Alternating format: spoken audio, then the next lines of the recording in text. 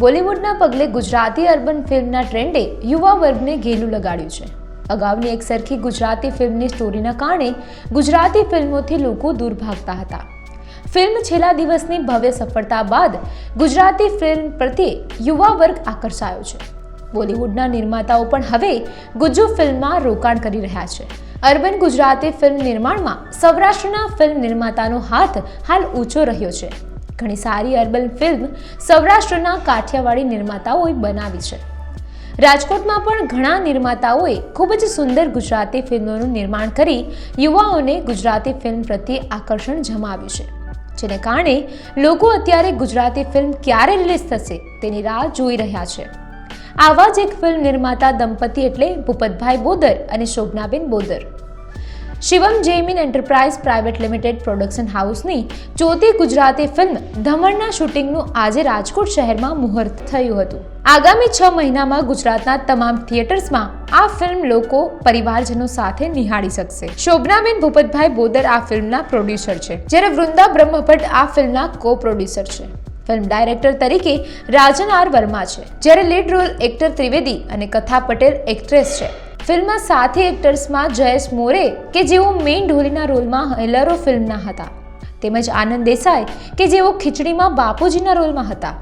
સાથે જ અનેક ગુજરાતી ફિલ્મોમાં કામ કરી ચૂકેલા ભાવિની જાની અને કિશન ગઢવી પણ ધમણ ફિલ્મમાં જોવા મળશે. फिल्म का निर्देशक हूँ मैं, और जैसा कि जेसु जोरदार के लिए जनता ने इतना प्यार दिया, सम्मान दिया, बहुत बहुत धन्यवाद. और इस बार मैं लेके आया हूँ नए जोश और जुनून के साथ धमण, जिसका मीनिंग होता है ब्रीथ, जो सांसें कहते हैं, जो दिल की धड़कनें होती हैं. तो दिल की धड़कनें थाम लीजिए, इस बार धमण लेकर आ रहा हूँ. और ये एक फिल्म ऐसी फिल्म है जो समाज को एक मैसेज देगी, और एक कहते हैं ना, अपने देश के प्रति आत्मसम्मान होना हर आम इंसान के लिए ज़रूरी है. जब बात तिरंगे पर आ जाए तो अपमान सभी का है, ये बात ध्यान रखनी चाहिए इंसान को.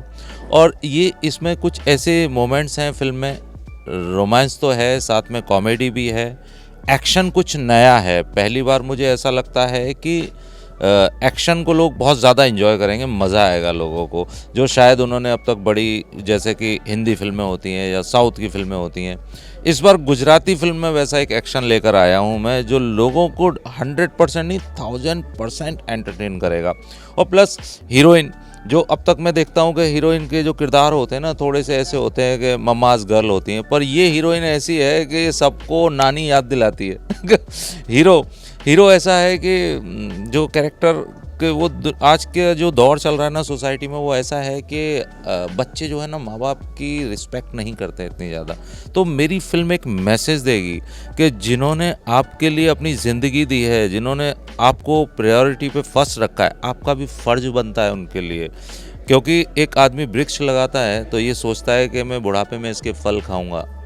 तो ये वो ऐसी फिल्म है कि मेरा हीरो आत्मसम्मान और कहते हैं ना एक रिस्पेक्ट लोगों को सिखाएगा, एक मैसेज देगा और बुरे लोगों को ठीक भी करेगा. નાની યાદ દેવડાવી દે તેવી હિરોઈન એટલે કે તમે શું ગુજરાતની જનતાને તમારું કેરેક્ટર કઈ રીતે જોવા મળશે? કેરેક્ટર ખૂબ જ બબલી કેરેક્ટર છે અને બ્યુટિફુલ ને ગ્લેમરસ બતાવી છે આખા મૂવીમાં. અને હીરો અને મૂવીમાં જેટલા પણ છે એને ટોપી જ પહેરાવતી હોય છે અને બેન્ડ જ બતાવતી હોય છે, એવું જ કેરેક્ટર છે, એ તમે મૂવીમાં જોવા મળશે તમને. ચોક્કસથી હીરો પર સૌની નજર હોય છે, કઈ રીતે હીરો જોવા મળશે ધમણ મૂવીમાં?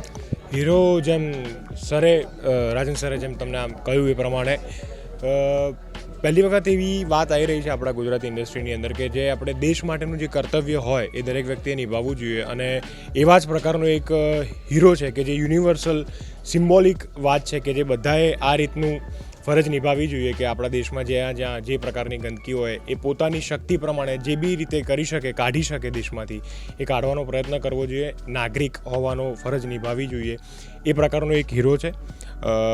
ફિલ્મની અંદર તમને તમારા રાજકોટમાં જે ઠાકરથાર મળે છે એ ઠાકરથારમાં કેટલી બધી વાનગીઓ હોય છે, એ પ્રકારની દરેક વાનગી છે. સસ્પેન્સ છે, થ્રિલર છે, એક્શન છે, રોમાન્સ છે, શું નથી એમ બધું જ છે આ ફિલ્મની અંદર. એટલે બહુ જ મજા આવશે. ડાન્સ છે, મ્યુઝિક છે, એવું મ્યુઝિક છે, એવું સંગીત છે કે તમે સાંભળશો તો તમને વધારે મજા આવશે. અને એક્શન બી જેમ સરે કહ્યું એ પ્રમાણે બીજી ગુજરાતી પિક્ચરોમાં હજુ સુધી આવી નથી. આ વખતે નવી રીતે એક્શન આવી રહી છે. ફિલ્મના પ્રોડ્યુસર શોભનાબેન ભૂપતભાઈ બોદર આપણી સાથે છે. શોભનાબેન, જેસુ જોરદારને લોકોએ ખૂબ પ્રેમ આપ્યો.